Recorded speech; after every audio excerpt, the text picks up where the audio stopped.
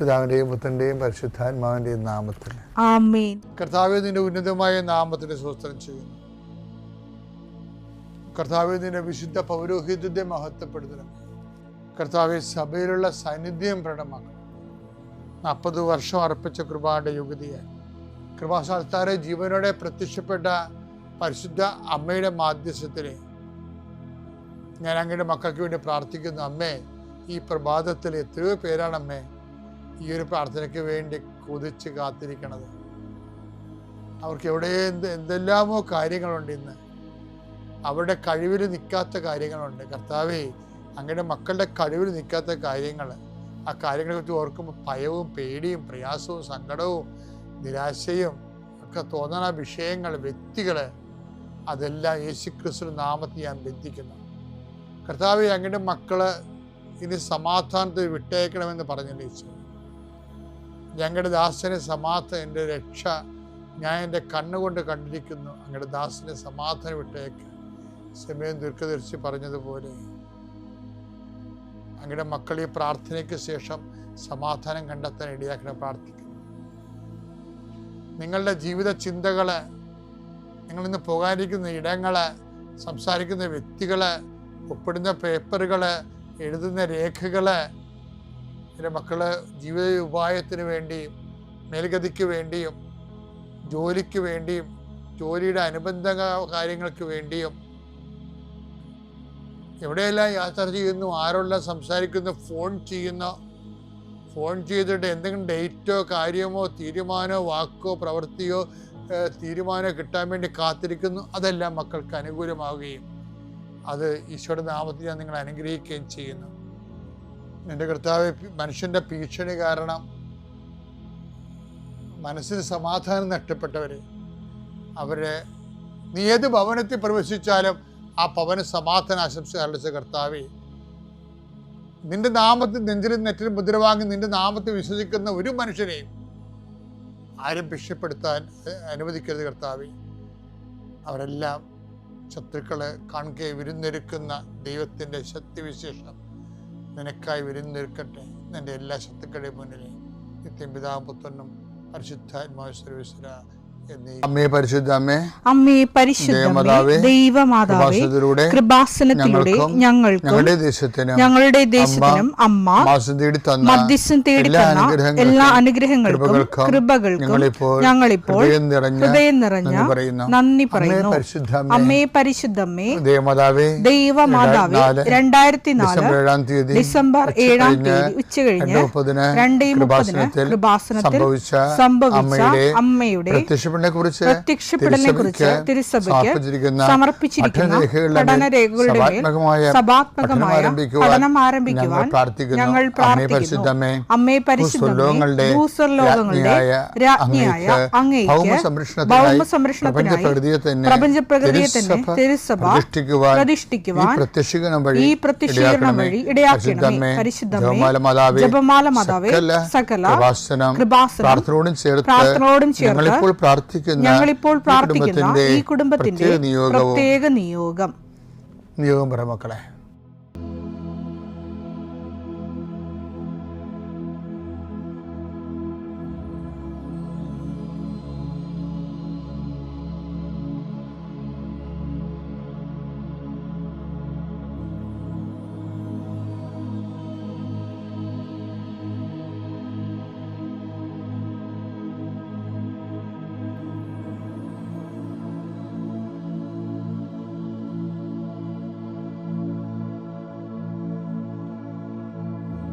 അമ്മയുടെ പ്രത്യക്ഷീകരണത്തിന്റെ ഈ അനുഗ്രഹവേളയിൽ ഞങ്ങൾക്ക് സാധിച്ചു തരുവാൻ കനിയണമേ.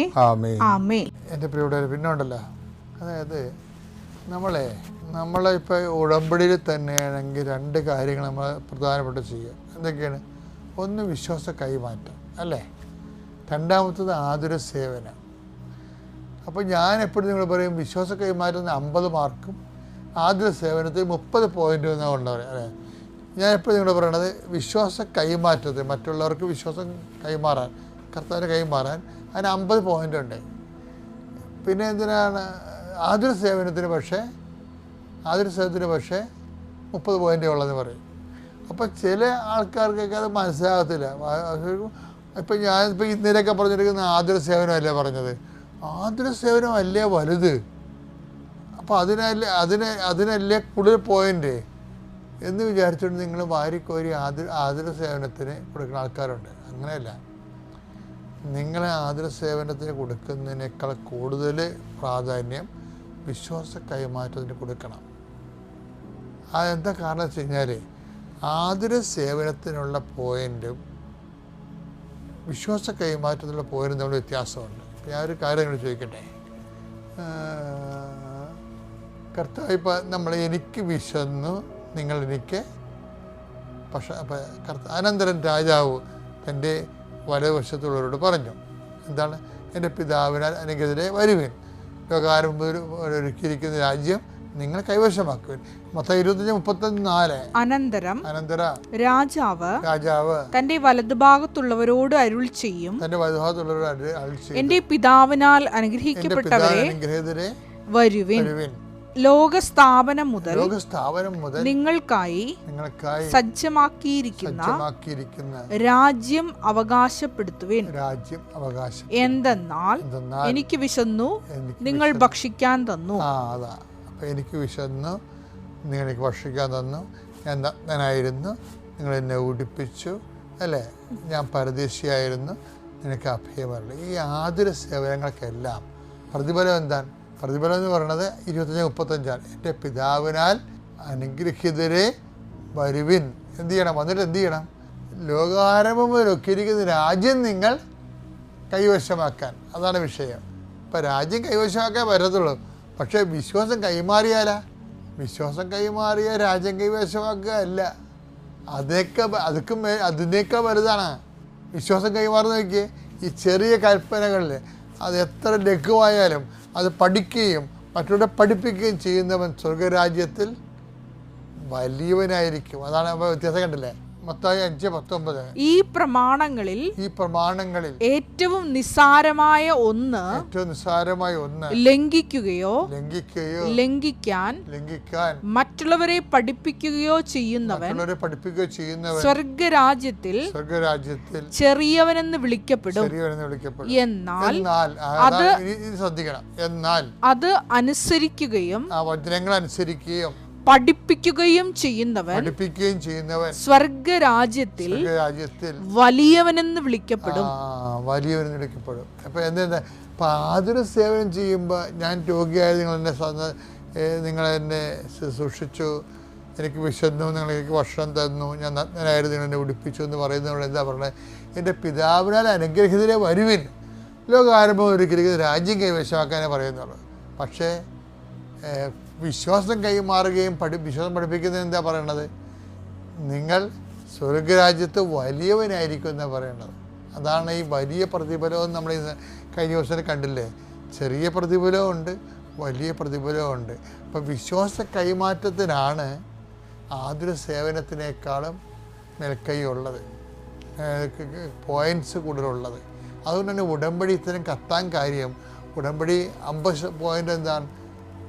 വിശ്വാസ കൈമാറ്റമാണ്.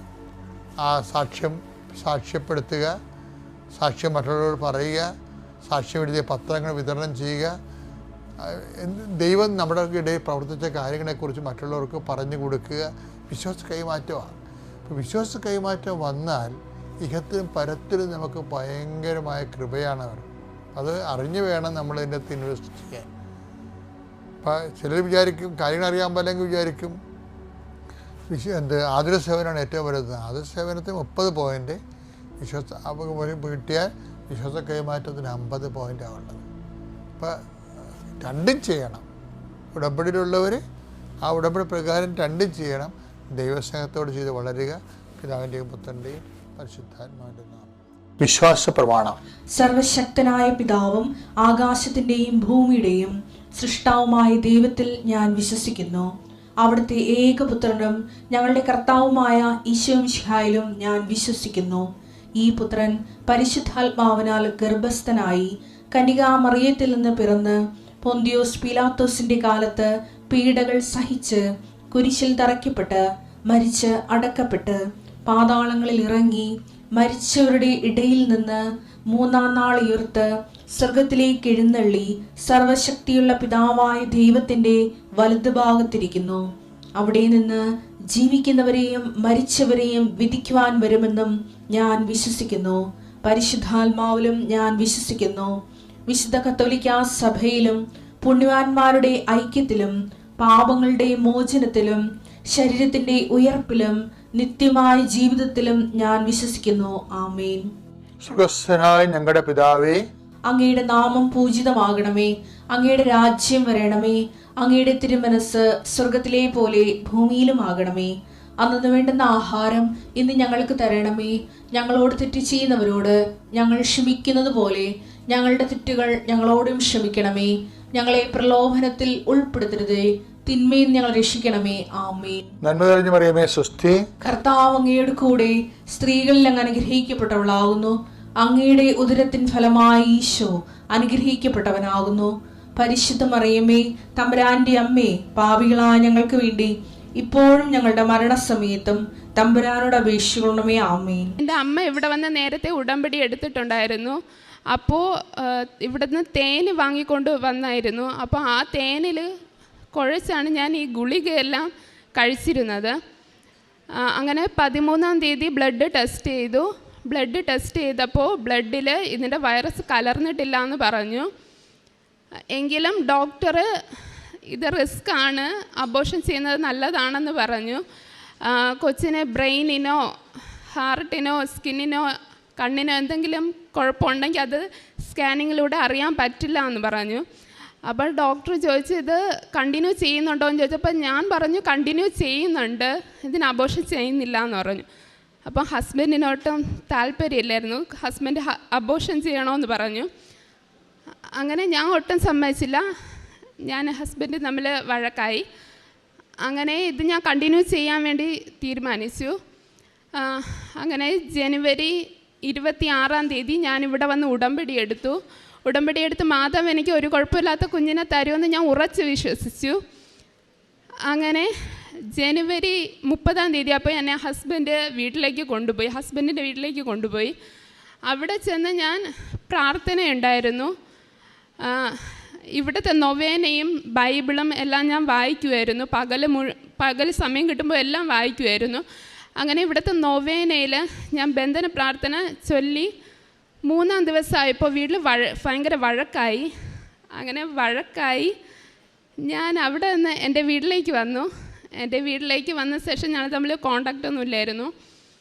അങ്ങനെ എൻ്റെ വീട്ടിൽ വന്ന ശേഷം എനിക്ക് ഭയങ്കര ഒരു സങ്കടമായിരുന്നു. ഈ പ്രഗ്നൻസി ടൈമിൽ ഭയങ്കര ഒരു സങ്കടമായിരുന്നു. അങ്ങനെ ഞാൻ സങ്കടപ്പെട്ടിരിക്കുമ്പോഴായിരുന്നു അച്ഛൻ്റെ ഒരു ധ്യാനം കേൾക്കാനിടയായി. ശാലം TV-യിൽ വന്നതായിരുന്നു. അതിൽ അച്ഛൻ പറഞ്ഞു, നിൻ്റെ ഭർത്താവിനോടോ നാത്തൂമാരോടോ അമ്മായി അമ്മയോടോ വഴക്കിട്ട് വന്നതാണെങ്കിൽ നീ സങ്കടപ്പെടേണ്ട, നിന്റെ മാതാവാണ് തിരഞ്ഞെടുത്തത്. നീ ഉടമ്പടി എടുത്ത വ്യക്തിയാണെങ്കിൽ നിന്നെ മാതാവ് തക്ക സമയത്ത് അവിടെ നിന്ന് മാറ്റിയതാണ്. നീ ഒരിക്കലും സങ്കടപ്പെടരുത്, മാതാവിനെ മുറുകെ പിടിച്ചോളണമെന്ന് പറഞ്ഞു. അത് കേട്ടപ്പോൾ തന്നെ എൻ്റെ സങ്കടമെല്ലാം മാറി. കുഞ്ഞിന് അംഗവൈകല്യം സംഭവിക്കുമോ അങ്ങനെ ഒരു ചിന്ത പിന്നീട് എനിക്ക് ഒരിക്കലും ഉണ്ടായിട്ടില്ല.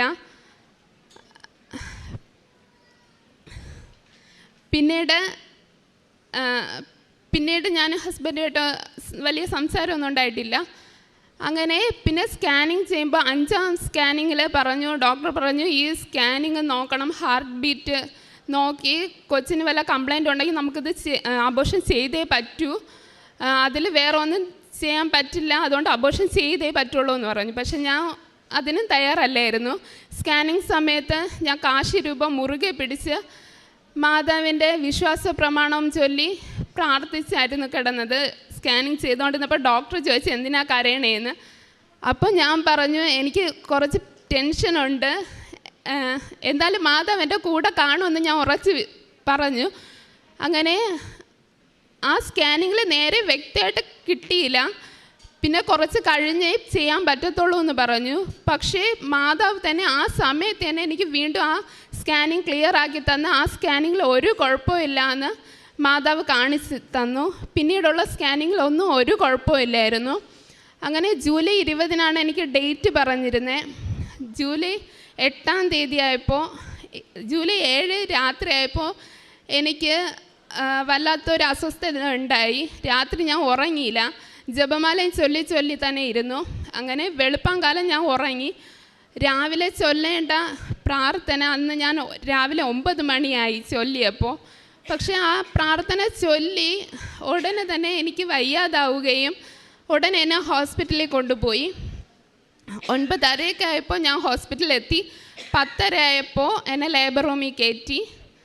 10:30 ആയപ്പോൾ അന്ന് ഞാൻ മാത്രമേ ഉണ്ടായിരുന്നുള്ളൂ, ആ ഡെലിവറിക്ക് ഞാൻ മാത്രമേ ഉണ്ടായിരുന്നുള്ളൂ. ഡോക്ടേഴ്സും നേഴ്സും എല്ലാവരും എൻ്റെ കൂടെ ഉണ്ടായിരുന്നു.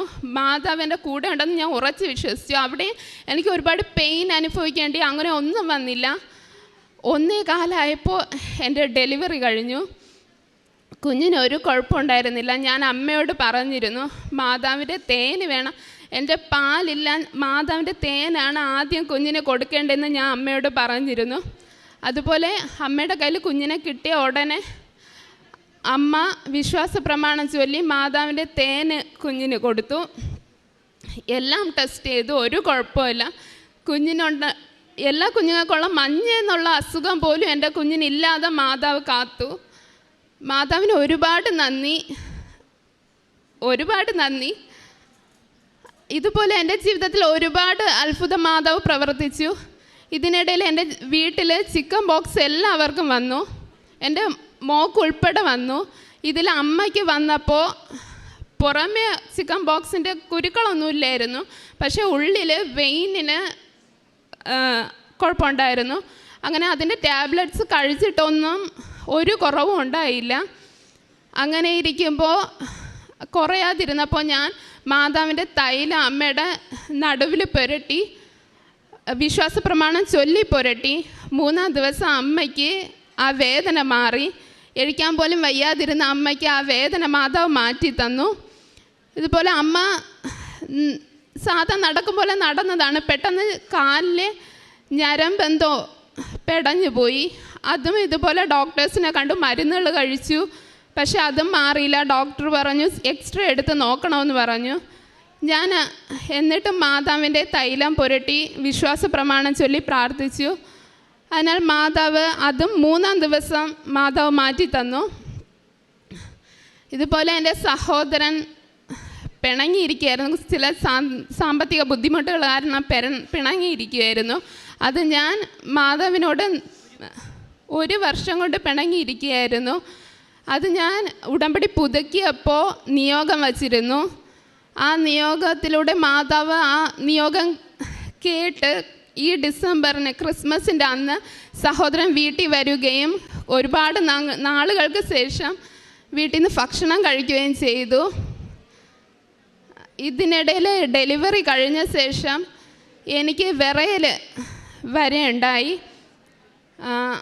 ഒരാഴ്ച കൊണ്ട് വിറയൽ തന്നെയായിരുന്നു. മരുന്ന് കഴിച്ചു, ഹോസ്പിറ്റലിൽ പോയി ഇഞ്ചക്ഷൻ എടുത്തു.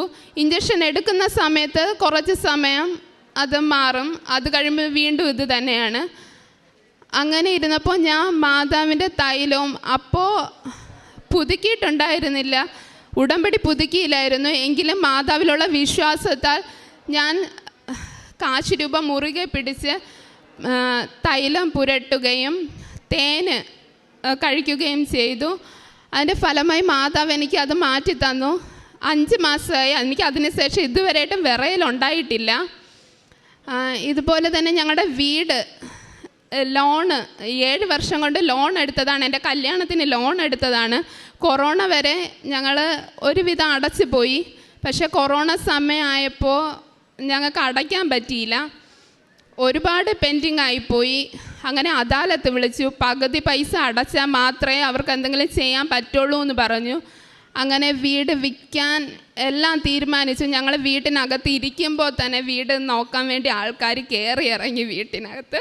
എന്നിട്ട് ഞാൻ മാതാവിനോട് പ്രാർത്ഥിച്ചു, മാതാവ് എൻ്റെ അമ്മയും പാപ്പയും കഷ്ടപ്പെട്ട് ഉണ്ടാക്കിയ വീടാണ്, കൈവിട്ട് പോവാതിരിക്കാൻ ഞാൻ മാതാവിനോട് പ്രാർത്ഥിച്ചു. മാതാവ്, ഞാൻ വിശ്വാസ പ്രമാണം ചൊല്ലി മാതാവിൻ്റെ ഉപ്പ് വീട്ടിന് ചുറ്റും ഇട്ട് വിശ്വാസ പ്രമാണം ചൊല്ലി. അതിനാൽ ബാങ്കിൽ നിന്ന് ഇങ്ങോട്ട് തന്നെ വിളിച്ച് ഈ ഞങ്ങളെടുത്ത ലോൺ പുതുക്കി തരാമെന്ന് പറയുകയും, എങ്ങനെ വിളിച്ചതെന്ന് അറിഞ്ഞൂടെ, മാതാവ് ഇടപെട്ട് തന്നെയാണ് വിളിച്ചത്. ഇങ്ങോട്ട് വിളിച്ച് നിങ്ങൾക്ക് ഉള്ള തുക അടച്ചാൽ മതി, ഞങ്ങളിത് പുതുക്കി തരാമെന്ന് പറയുകയും 10 വർഷത്തേക്ക് ഞങ്ങൾക്കത് പുതുക്കി കിട്ടുകയും ചെയ്തു. മാതാവിന് ഒരുപാട് നന്ദി, പറഞ്ഞാൽ തീരാത്ത നന്ദിയുണ്ട് മാതാവിന്. യേശുവെ നന്ദി, യേശുവെ സ്തോത്രം. ഞാൻ കാരുണ്യ പ്രവർത്തികൾ ചെയ്യാറുണ്ട്. വസ്ത്രം ഇല്ലാത്തവർക്ക് വസ്ത്രം കൊടുക്കാറുണ്ട്. ഇവിടെ നിന്ന് പത്രം വാങ്ങിച്ച് എല്ലാവർക്കും, എനിക്ക് പരിചയമുള്ളവർക്ക് ഇല്ലാത്തവർക്ക് ഞാൻ കൊടുക്കാറുണ്ട്. ഫേസ്ബുക്കിലും എൻ്റെ വാട്സപ്പിലും എല്ലാം ഞാൻ അതിൻ്റെ ഫോട്ടോസ് എടുത്ത് ആൾക്കാർക്ക് ഷെയർ ചെയ്യാറുണ്ട്. അതുപോലെ യൂട്യൂബിൽ ഞാൻ അച്ഛൻ്റെ ധ്യാനം കൂടിക്കൊണ്ടിരിക്കുന്ന സമയത്ത് ഞാൻ എപ്പോഴാണോ കാണുന്ന ആ സമയം തന്നെ എനിക്കറിയുന്ന എല്ലാവർക്കും ഞാൻ ഷെയർ ചെയ്യാറുണ്ട്. യേശുവേ നന്ദി, യേശുവേ സ്തോത്രം.